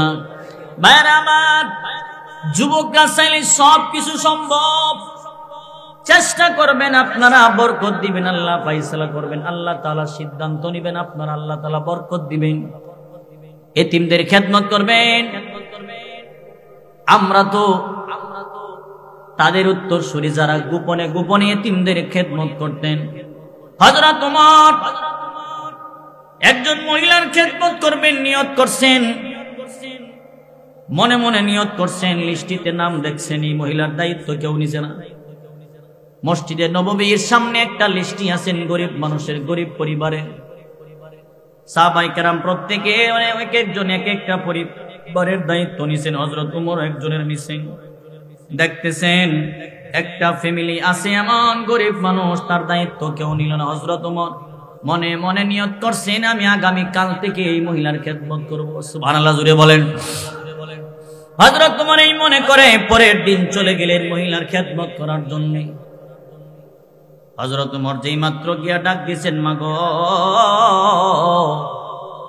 আমি আসছি আপনার ঘরের খেদমত করার জন্য, কোনো কাজ কাম থাকলে দেন, মস্কটা দেন, আমি পানি পড়ায় দেই। সুবহানাল্লাহ, জুড়ে বলেন। এবার ঘরের ভিতর থেকে জবাব দিলেন, আপনি আসার আগে আগে আমার ঘরের কাজ কমপ্লিট করে একজন লোক বিদায় হয়ে গেল। হযরত ওমর বলেন, আমার আগে আগে কাম করলো লোকটাকে আমার চিনার দরকার। পরের দিন আর একটু আগায় যাবো। পরের দিন আর একটু আগায় গেলেন। আর একটু আগায় যাওয়ার পরে ওই সময় মহিলা বলছেন, আপনি আসার আগে আগে আমার ঘরের কাজ কমপ্লিট করে বিদায় হয়ে গেছে। আর জোরে গন। হযরত ওমর বলেন, কি ব্যাপার? আমি ওমরের চোখ ফাঁকি দিয়া ওই মহিলার খেদমত করে যান, কেমন মায়ের সন্তান, কেমন মা তার জন্ম দিল গো। যেই লোকটা গোপনে গোপনে রবের সাথে প্রেমের সম্পর্ক লাগায় দিল রে, যেই লোকটা রবের সাথে গোপনে মালিকের সাথে প্রেমের সম্পর্ক লাগাইল, আমি আগামী কাল ফজরের সময় তারে গিয়া ধরবো, আমি আগে আগেই চলে যাব। পরের দিন আবার ফজরের সময় চলে গেলেন। এবার মহিলা বলতেছেন, আমি আগামী কাল রোজা রাখবো বলে ওই ব্যক্তিটা সেহরির সময় আইসা মানে সেহরি খাওয়ায়া মাত্র বিদায় হয়ে গেছে। হযরত ওমর বলেন, কি ব্যাপার? তারে বুঝি ধরতে পারবো না? এটা মানুষ না জিন? মানুষ জিন হইলেও তো আমার সামনে ধরা ভরার কথা। কারণ আমি নবী বলছেন, আমার ওমর যে রাস্তা দিয়ে হাঁটে 40 দিন পর্যন্ত শয়তানও যায় না। সুবহানাল্লাহ, জুড়ে বলেন। কে ছিল সেই ওমর? ভাইরা আমার, অর্ধ জাহানের খলিফাতুল মুসলিমিন ছিলেন। পরের দিন অপেক্ষা করতেছেন এই লোকটারে দেখার জন্য, লোকটারে ধরবেন। এমনি দেখতেছেন একজন ব্যক্তি মুখে চাদর দিয়া মুখটা ডেকে ডেকে ঘরের থেকে বাহির হয়ে আসতেছেন মহিলার বাড়ির থেকে। হযরত ওমর পিছন থেকে ডাকে আর বলেন, কে তুমি? পরিচয়টাই একবার আমার কাছে তুমি দিয়ে যাও, তোমার পরিচয়টা আমার কাছে তুমি দিয়ে যাও। কে তুমি? তোমার নামটা বলে যাও। পরিচয় দেয় না লোকটা, চলে যা। হযরত ওমর সামনে দাঁড়ায় বললেন, একটু পরিচয়টা দেন, নামটা বলেন। নাম বলে না। আর আমরা দেশের নিয়ম হইল 10 টাকা কোন লোকরে দিলে দোকানে গিয়া বলে কিরে একটা চা দিস আর একটা বিড়ি দিস। পশ্চিম পাড়ার আব্দুল করিমের পুত্রে 50টা টাকা দিয়েছি, চলতো পারে না গরিব মানুষ। কথা কনা দি ফাফর মারে, চাও মারে। ভাইরা আমার, এইভাবে যখন সামনে দাঁড়ায় রইলেন, নাম বলে না, হযরত ওমর এক পর্যায়ে ওই লোকটার চেহারা থেকে চাদরটা সরায় নিলেন। হযরত ওমর বলেন, যেই মাত্র আমি চাদরটা সরাইলাম, আমি ওমর আশ্চর্য হয়ে গেলাম। আরে আমি তাকায় দেখি আমার সামনে দাঁড়ায় রয়েছেন আমার নবীর সাহাবী আবু বকর সিদ্দিক। আমার সামনে আমার নবীর সাহাবী আবু বকর সিদ্দিক। আমি আশ্চর্য হয়ে বলতে লাগলাম, আবু বকর,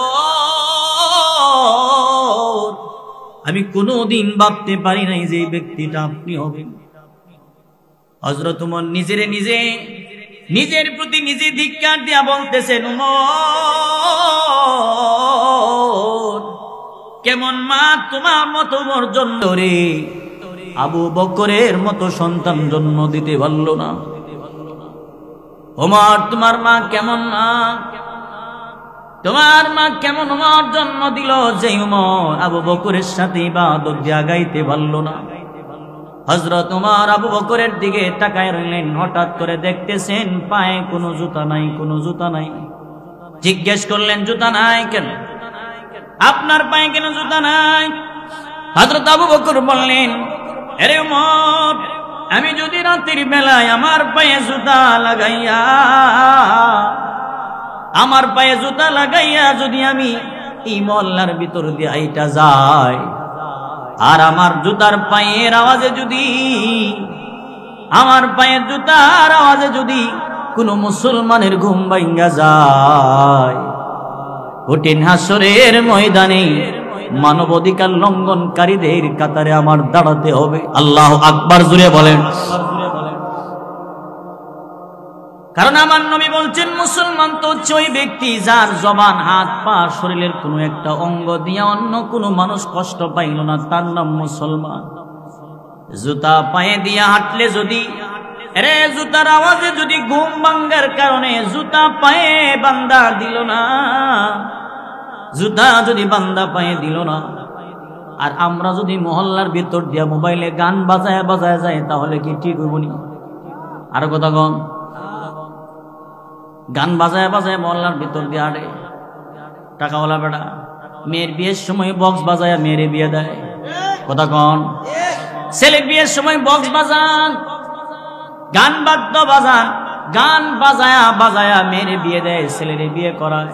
এক বাড়িতে বিয়ে করায় যেদিন বক্স বাজানো হয়, ওই দিন এই মহল্লার কোনো মানুষ ঘুমাইতে পারে না। কথা ঠিক না বেঠিক জুড়ে বলেন। কিছু বাচ্চা আছেন কান্দেন, অসুস্থ মা কান্দেন, অসুস্থ বাচ্চা কাছেন, কোনো মানুষ আছেন মৃত্যু শয্যায় থাকেন, এই বক্সের আওয়াজে তাদের কষ্ট হয়। মনে রাখবেন, একদিন জবাব দেওয়া লাগবে, বাহাদুরি কিন্তু বেশি দিন থাকে না। কথা ঠিক না বেঠিক জুড়ে বলেন। ওই সময় বাউল শিল্পী আনেন, গান বাদ্যের ব্যবস্থা করেন। তিরমিজির হাদিস, আল্লাহর নবী বলেন, কোন মানুষ যদি টাকা দিয়া বাউল শিল্পী কিনে আনেন, ভাড়া করে আনেন গান শোনার জন্য, বাউল শিল্পী আনেন, নারী হোক আর পুরুষ হোক, টাকা দিয়া যারা বাউল শিল্পী কিনে আনলো, গান বাজনা করলো, এটার প্রাধান্য দিল ভালোবাসা। এই অবস্থায় যদি থাকেন, মরণের আগে চেহারাটা শুকরের মতো হয়ে যাবে। 1450 বছর আগে আল্লাহর নবী কথা বলছেন, কথা সত্য না মিথ্যা? আপনি সাফা মারেন বুঝি আপনার গায়ের জোর দেখায়, আপনার টাকা, সেই জন্য আপনি সব করেন, তওবা করেন, না হয় কিন্তু উপায় থাকবে না। ঠিক না বেঠিক জোরে কও। হযরত আবু বকর যদি জুতা পায়ে দিল না, এই জন্য আমাদের এইখান থেকে শিক্ষা নিতে হবে। জীবনটারে কাজে লাগান, মানব সেবায় জীবনটারে কাজে লাগায়া যান, জীবন ধন্য হয়ে যাবে। ফাআম্মাল ইয়াতীমা ফালা তাকহার। এরপর আল্লাহ তাআলা বলেন, ওয়া আম্মাস সাইলা ফালা তানহার। বন্ধু, ফকির আসলে আপনি ফকিররে তাড়ায়া দিবেন না, ফকিররে ভিক্ষুককে আপনি তাড়ায়া দিবেন না। আল্লাহ আরেক জায়গায় বলেন, ফাকুলু মিন্হা ওয়া আত'ইমুল বাঈসাল ফাকির। আল্লাহ তাআলা বলেন, একা একা খায়ও না। এরে কুরবানির দিন আমার ঘরে তো রান্না হয় 12টা বাজে, আমার ঘরে 12টা বাজে রান্না হয়। আমার বাচ্চাটা, আপনার বাচ্চাটা 12টা বাজে কলিজা গোশত খায়া বিদায় হইল, বাড়ির থেকে বাড়িল। এতিম বাচ্চাটা সামনে যখন দেখা হয়, বাচ্চাটা বলেন কি দিয়া খাইছো? বলে কলিজা বাজি দিয়া খাইছি। ওই এতিম বাচ্চা ছোট মানুষ দৌড়ায় আমার কাছে গিয়ে বললেন, মারে দেন আমারেও 1 প্লেট খাবার দেন, আমি গরুর গোশত দিয়া খাবো। কেমনে দিব? এই মহিলার ঘরে তো এখনো পর্যন্ত 1 টুকরা গোশত গেল না, কারণ মহিলার স্বামী নাই, কুরবানিও দিল না, কোন মানুষ তার ঘরে কোনো খাবার পাঠাইল না। বাচ্চাটা গিয়া কান্দেন আর বলেন, মা গো দেন, আমার যন্ত্রণা সহ্য করতে পারি না, দেন আমার 1 প্লেট খাবার দেন। ওই বিধবা মহিলাটা বুকের কষ্ট বুকে চাপা দিয়া বাচ্চাটারে জড়ায় ধরে কান্দেন আর মালিকের কাছে বলতে থাকেন, মালিক রে, কত মানুষ তো কুরবানি দিল, আমার বাচ্চাটারে খাওয়ানোর মতোই মহল্লায় বুঝি কেউ নাই। বাচ্চাটারে মা জড়ায় সান্ত্বনা দিনার বলি, কান্দিস না, কপাল খারাপ, আমি তোরে গোশত দিতে পারবো না, কারণ তোর আব্বাই দুনিয়ায় নাই, তোর ঘরে তো আর কুরবানি হইল না। ওই বিধবা মহিলা এতিম বাচ্চাটারে জড়ায় ধরে কান্দেন, মালিকের কাছে মা দোয়া করতে থাকেন, কেমনে দিব, কাঁদতেছেন, কষ্ট কথা বলেন।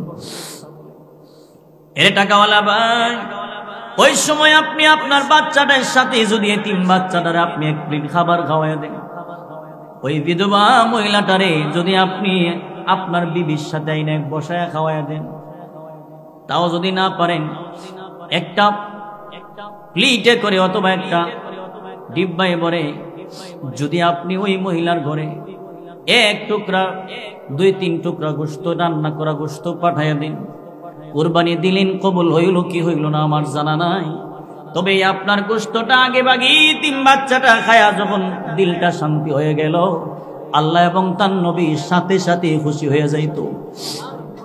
কথা ঠিক না বেঠিক? জুড়ে বলেন। এই জন্য আল্লাহ বলেন, ফাকুলু মিনহা ওয়া আতঈমুল বাঈসাল ফাকির। আল্লাহ তাআলা বলেন, একা একা খাও না, সঙ্গে ফকির মিসকিন লইয়া খাও, ফকির মানুষ গরিব মানুষ নিয়ে খাও। আল্লাহ তাআলা এরপরে বলেন, আম্মা বিনিআমাতি রাব্বিকা ফাহাদ্দিস। আল্লাহ তাআলা বলেন, ওগো নবীজি, এতক্ষণ পর্যন্ত আল্লাহ নবীরে যা দিয়েছেন বলছেন, আল্লাহ বলেন যা নিয়ামত দিলাম, যা কিছু দিলাম, আপনি নবী বর্ণনা করেন সুবহানাল্লাহ। ভাইরা আমার, এই জন্য আল্লাহ তাআলা বলেন, আম্মা বিনিআমাতি রাব্বিকা ফাহাদ্দিস, যা নিয়ামত দিয়েছি আপনি সব কিছু বলেন। আল্লাহ আমার নবীরে নবুয়ত দিলেন, রিসালাত দিলেন, মুজিজা দিলেন, সমস্ত নবীর যা দিয়েছেন আল্লাহ আমার নবীরে একাই তার থেকে বেশি দিয়েছেন সুবহানাল্লাহ। আল্লাহ তাআলা আমার নবীর এই সূরাতে নবীর মান সম্মান বৃদ্ধি করার কথা বলছে, নবীরে সান্ত্বনা দিবেন, কাফের বেঈমানদের দাঁত ভাঙা কথার জবাব দিবেন। আর আমার আপনার নবীরে যে আল্লাহ সবক দিয়েছেন, এটা আমাদের জন্য আল্লাহ পাক নিয়ামত হিসেবে দিয়েছেন। কথা ঠিক না বেঠিক? জোরে কোন। এই হলো কথা, এই সূরার সংক্ষেপ কথা।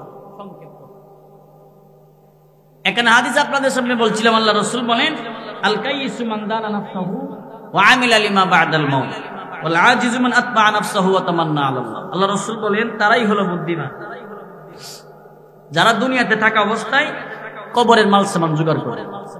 কথা ঠিক না? কিন্তু আমাদের সমাজে বুদ্ধিমান বলে তারে যে বেটা ঘুষ খায়া সত্যরে মিথ্যা, মিথ্যারে সত্য বানায় বিচার করতে পারে।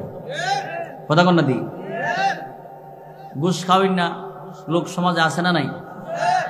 অধিকাংশ সর্দার ঘুষ না দিলে এর মুখ দিয়ে অ্যাটেম বুম মারলেও সত্য কথা বের হয় না। এতিম তার বিচার হয় না, বিধবা মহিলা তার ভাতা পায় না, গরিব মানুষ টাকা দিলেও বিচার হয় না। আরে কথা ঠিক না বেঠিক? জুড়ে বলেন। গরিব মানুষ টাকা দিলেও বিচার হয় না, কারণ গরিবে ঘুষ দিব 5,000, বড় লোক বাড়াই দিব 10,000, বিচার করে নিব। 1 কাপ লাল চা খায় 1 বেটার বুট আরেক বেটার দিয়ে। গরিব মানুষ ডাক দিছে, চাচা রাত্রে গিয়ে ডাক দিছে, কিরে 10,000 টাকা দিছ কাটা? চাচা আমি আব্দুল কুদ্দুস। অসুবিধা হইতেছে আপনাদের? খারাপ লাগতেছে? আর 2 মিনিট। আচ্ছা, আমি আব্দুল কুদ্দুস।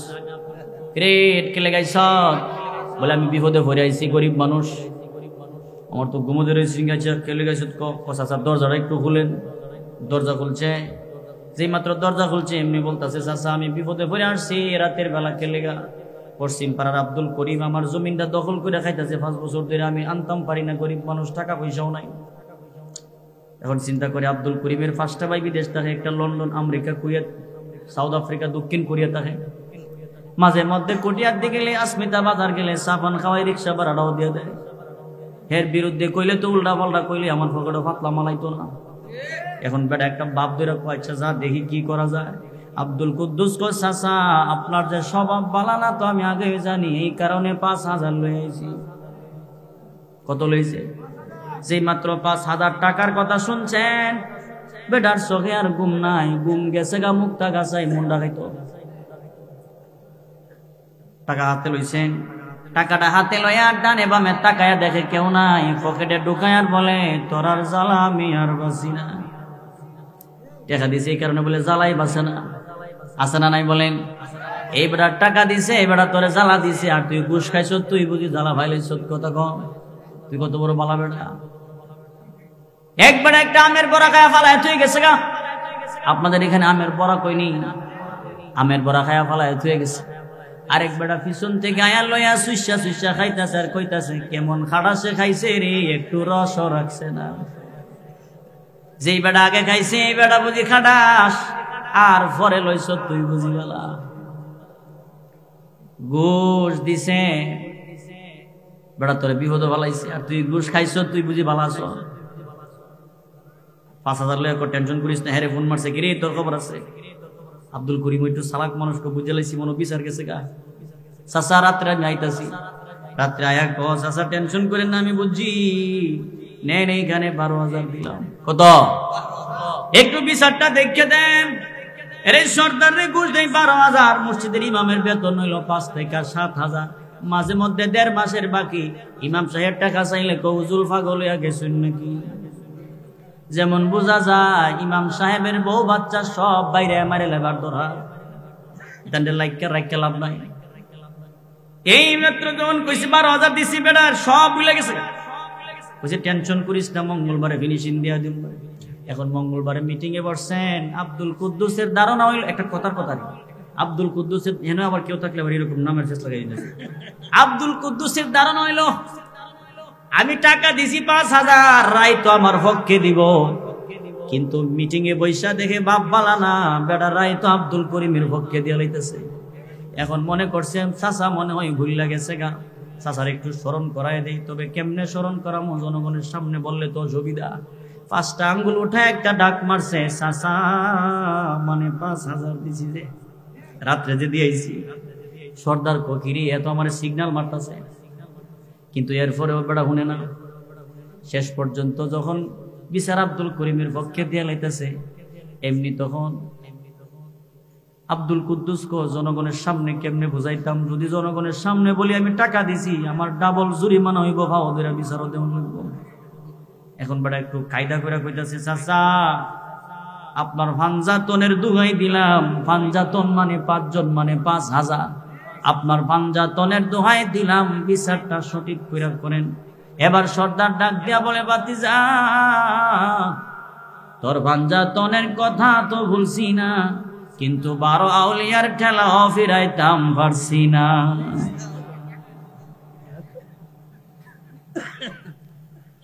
এই এমন লোকদেরকে আমাদের দেশের মানুষ বলে তারা বুদ্ধিমান। কই কথা ঠিক না বেঠিক? এসব মানুষদেরকে বুদ্ধিমান বলে। টাকা পাইলে কো জ্বালায় বাসি না, আমরা বলি তোর মতো ঘুষখোরের জ্বালায় জনগণ সঠিক বিচার পায় না। এই ঠিক না বেঠিক? জুড়ে কর। বিধবা মহিলা তার ভাতা হয় না, গরিব মানুষে কামাইরা খাইতেছে, খায়া দেখবে কি মজা। পাসপোর্ট থাকলেও বিদেশে যেতে না। কথা কন না দি? পাসপোর্ট থাকলেও বিদেশে যেতে না। ফখরুদ্দিনের বাসা তো তোর জায়গা দিত না। এ বলে যাইব গা বগুড়া, যাবো গা ফখরুদ্দিনের বাসা, কোনো জায়গা না পাইলে আগে দেশ থেকে যাইতে চাইছি। আল্লাহর মায়ের দুনিয়ার বাইর কথা ঠিক না বেঠিক? জুড়ে কন। আওয়ামী লীগ এত খারাপ, বিএনপিও তো বালা, বিষয়টা এমন না যেমন কর্ম তেমন ফল। আরে কথা ঠিক না বেটি জুড়ে বলেন? যেই বেটা আওয়ামী লীগ করছে এই কারণে বেটা নাস্তিক কাফের, বিষয়টা এমন নয়। আওয়ামী লীগ করুক আর বিএনপি করুক, আওয়ামী লীগ একটা দলের নাম, বিএনপি একটা দলের নাম। কোন মানুষ যদি আওয়ামী লীগ করে কিন্তু তাহাজ্জুদের নামাজ পড়ে, লোকটা ভালো না খারাপ?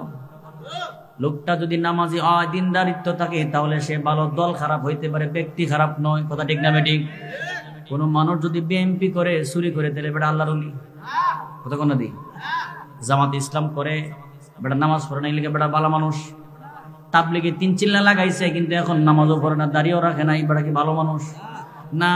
যে কোনো দলের লোক তুমি হও না কেন, নবীর তরিকা রবের বিধান না মানলে তোমার মতো এমন মানুষের আমাদের দরকার নাই। ঠিক না বেঠিক জোরে কোন? আমরা তো আওয়ামী লীগের বিরুদ্ধে না, আমরা বিএনপির বিরুদ্ধেও না, বিএনপির পক্ষেও না। কোন ওলামায়ে কেরাম রাজপথে নামছেন গুদির লাগি না, গুদির লাগি নয়। ওলামায়ে কেরামদের ভূমিকা হলো, কোন নাস্তিক আর বেঈমান যদি, কোন মানুষ যদি রবের বিরুদ্ধে, আইনের বিরুদ্ধে, হুকুমের বিরুদ্ধে, কোরআনের বিরুদ্ধে, আল্লাহর বিধানের উপরে যদি কেউ কলম চালাইতে চান, ওই ব্যক্তিটা আমার বাবা হইলেও তারে আমরা ছাড়ব না। এই কথা ঠিক না বেঠিক জুড়ে কোন? প্রয়োজনে রাজপথে দাঁড়ায়া আমাদের বুজুর্গরা, আমাদের আকাবিররা যদি আমাদেরকে সতর্ক করেন, ডাক দেন, প্রয়োজনে রাজপথে দাঁড়ায়া জীবন দিয়ে দিব ঈমানের জন্য। দলের জন্য কিচ্ছু করার দরকার নাই, ঈমানের জন্য জীবন দেওয়া সবার জন্য দরকার আছে না নাই? আমরা তো মনে করি রাস্তা গেলে গাই বুঝি মরে যামুগা, গুলি খাইলে মরে যামুগা। গুলি তো মারার ক্ষমতা নাই, গুলি বুকে লাগতে পারে, মরণ না থাকলে আপনার গুলিয়ে মারতে পারবে না। এরপরেও যদি আপনি রাস্তার দাঁড়ায় যান দ্বীনের জন্য, ইসলামের জন্য, দুনিয়ার জন্য না, রাস্তায় যদি আপনি দাঁড়ায় যান, রাজপথে যদি আপনি দাঁড়ান, বুলেট যদি আপনার গায়ে লাগে, এটাই যদি হয়ে যায় আপনার মরণ, এই মরণটার একটা টাইটেল আছে, যার নাম হলো শহীদি মরণ। শহীদের মরণ, শহীদি মরণ হইলে পরে কোনদিন হিসাব কিতাব হবে না, আল্লাহ বিনা হিসাবে জান্নাত দিবেন। সুবহানাল্লাহ। রাজপথে দাঁড়াইলে যদি শহীদি মরণ হয়ে যান, আর এই মরণের বদলে যদি রব জান্নাত দিয়ে দেন, প্রয়োজনে কারা কারা মরতে রাজি দুহাত দেখা। ভালোবেসে যদি তুমি, ভালোবেসে যদি তুমি ক্ষমা করে দাও, আমি মুক্তি পেয়ে যাব বিচারের দিন। আমি মুক্তি পেয়ে যাব বিচারের দিন। ভালোবেসে যদি তুমি ক্ষমা করে দাও, আমি মুক্তি পেয়ে যাব বিচারের দিন। আমি মুক্তি পেয়ে যাব বিচারের দিন। আমাকে শহীদ করে নিও, তার বিনিময়ে যত দুঃখ ব্যথা দাও দিও। আমাকে শহীদ করে নিও,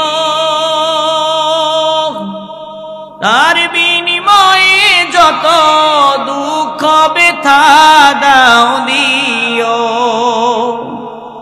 কোনো কিছু বলবো না তোমার কাছে, যদি তোমার রাহে হয় জীবন বিলীন। আমার তোমার রাহে হয় জীবন বিলীন। ভালোবেসে যদি তুমি ক্ষমা করে দাও, আমি মুক্তি পেয়ে যাব বিচারের দিন। আমি মুক্তি পেয়ে যাব বিচারের দিন। কথা ঠিক না বেঠিক বলেন? শহীদি মরণ আল্লাহ পাক আমাদের সকলকে কবুল করুন, আমিন।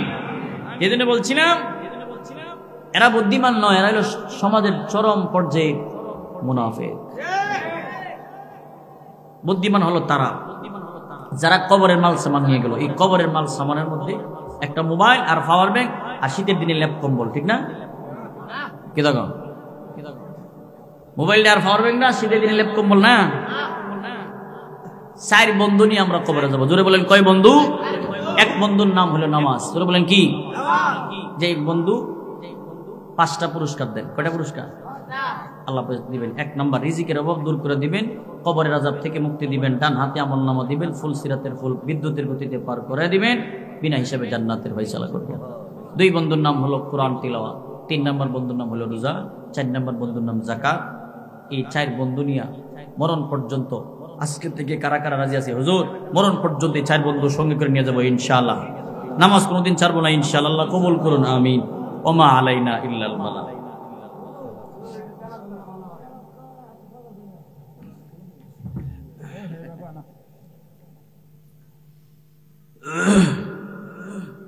তিলাওয়াত করতাম।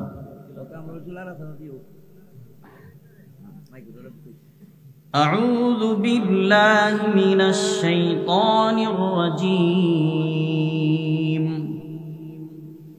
بسم الله الرحمن الرحيم. قد أفلح المؤمنون